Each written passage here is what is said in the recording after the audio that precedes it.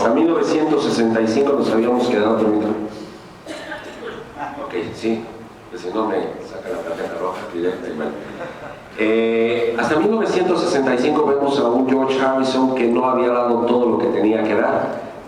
Me voy a poner un poquito hacia parte de la plática del año que entra.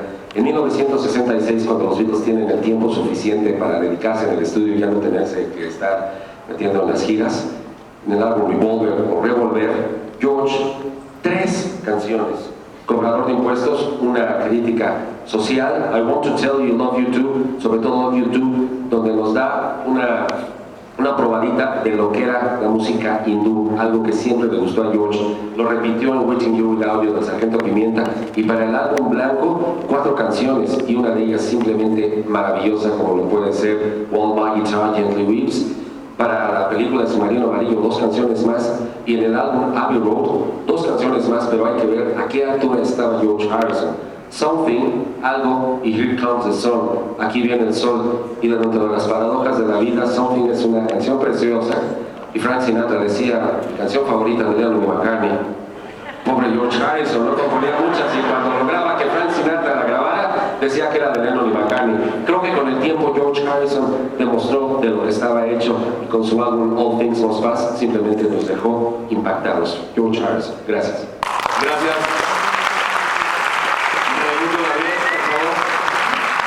En un minuto tu resumen acerca de James Paul McCartney. Bueno, nada más complementar de que Paul McCartney en ese periodo del 62 al 65, lo voy a poner, que fue la época en la que grabaron ya pues, profesionalmente y comercialmente. Durante esa época voy a destacar 3 canciones. I Saw Her Standing There, que es del primer disco, de las canciones más potentes que se hayan escrito en la historia del rock and roll. Sí, después nos vamos a ubicar hasta después de la gira de Estados, de su primer visita a Estados Unidos, cuando hicieron A Hard Day's Night and I Love Her, que sigue siendo una balada para enamorar a cualquiera. Y después, un año después, retomó el tema de Yesterday, ¿no? De los 50 años de Yesterday, que sigue siendo la canción icónica de él. Y como un dato que me pasó Ricardo Calderón, que algo que nadie prestó atención fue la semana pasada, que fue el primer concierto que Paul McCartney realizó, en donde no interpretó Yesterday en vivo. Un concierto completo, un concierto en forma, y fue la primera vez que Paul McCartney no interpreta esa canción en vivo, y que es un dato curioso ahora que son los 50 años de la canción que no se haya acercado, cuando es el tema pues del cual ha vivido, creo que prácticamente toda su vida. En cuestión de regalías. Bueno, y solamente para terminar, la evolución de Paul McCartney dentro de los Beatles se va a complementar, como decía Manuel, con George Harrison, con Paul McCartney. El último año de grabación por parte de Paul McCartney, si sacamos todas las canciones que él compuso para los Beatles y que grabó con los Beatles ese último año de grabaciones, tenemos un disco increíble de Paul McCartney si hubiera sido solista. Y Paul está vivo, ¿eh?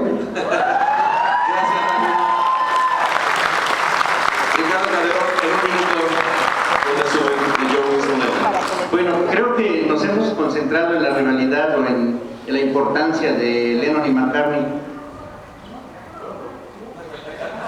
Sí, le hemos dado más importancia a ellos. Tiene razón Julia, sin Ringo, quién sabe qué hubiera sido con los Beatles. El carisma de Ringo, esa presencia de Ringo en las fotos, en las películas, eso atrajo a mucha gente hacia el grupo. Sí, ese impacto que tenía Harrison en la guitarra, esa maestría que tenía, atrajo a muchos chavos, a muchos hombres hacia escuchar el sonido del músico, de la música que estaban creando los Beatles. Perdón. McCartney, esas baladas que jalaban tanta gente, tanto a las mujeres como a los hombres, los rocks que llegaba de vez en cuando a componer Paul. Sin embargo, como ya lo reconoció Raimundo, nunca se ha podido quitar la sombra de Yesterday. ¿Sí? Lo único bueno que hizo fue Yesterday, según John Lennon. ¿Y quién mejor para catalogar a su compañero que John Lennon? John Lennon, que durante esos años fue el guía del grupo, el líder del grupo, que como ya ya lo tocaremos en su momento, fue un papel que tal vez voluntariamente no lo dejó, sino simplemente permitió que sus aprendices continuaran con la batuta. Pero Lennon, en estos años seminales, en estos años de inicio, desde el primer momento, él fue la figura que captaba más la atención de hombres, de mujeres, por sus comentarios sardónicos, por las letras tan ponzoñosas que tenía, era una persona más real, un compositor más real, sus letras eran más reales que imaginar situaciones como Paul lo hacía. John era más personal y por lo menos en mi caso yo me identificaba más con John, chavito de 15, 16, 17 años, que con Paul. Por eso para mí sigue siendo el líder de los Beatles.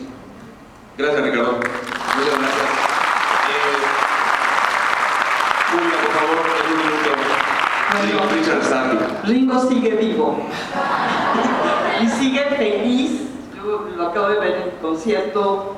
Es un hombre feliz, o al menos esto que proyectaba desde entonces lo sigue proyectando. Ringo en estos primeros años no componía. Cantaba bastante mal.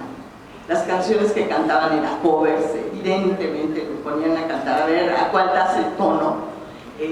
Los Lennon y McCartney le componían canciones pues para incluirlo por todo este éxito, insisto, este carisma que tenía Ringo y que creo que sigue teniendo.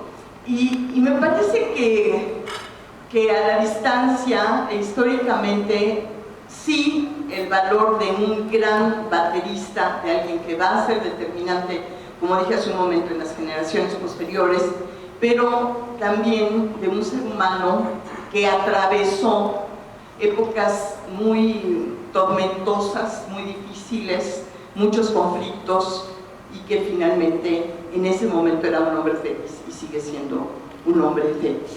Y creo que eso es un gran valor que también tenemos los que recordamos a los Beatles con toda esta época. Quisiera yo agregar que para el próximo año me parece fundamental que tengamos dos personajes más, o cuando menos uno más, que es el papel de George Martin, el productor.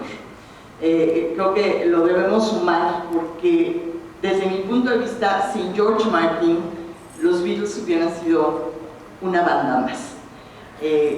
Y creo que hizo algo fundamental. Y también pues el polémico papel de Phil Spector en algunas de las producciones de los Beatles al final. Pero bueno, sí, hablemos también de George Martin porque merece la pena, porque fue una gran guía y una gran inspiración como productor, uno de los más importantes en la historia de la música, sin. Gracias, muchas gracias, Julia. Esperemos estar bien el próximo año. ¿Quieres agregar algo más, Algo muy breve nada más. El papel de cada uno de nosotros fue aquí defender el papel, de la redundancia, de cada uno de los Beatles. Pero quiero aclarar, no hay nada como decir que los Beatles eran una fórmula mágica y perfecta. Cada uno de ellos aportaba un 25% y la suma de ese 25% cuando estaba junta no era el 100, era algo más. Los Beatles eran algo mágico, la presencia de todos y cada uno de ustedes hoy aquí, así lo demuestra un grupo que surgió hace más de 50 años, dos de los elementos ya no están aquí físicamente con nosotros, se separaron hace 45 años y siguen vigentes. De verdad, el papel, con uno que hubiera faltado, simplemente no será ese fenómeno llamado los Beatles. Gracias.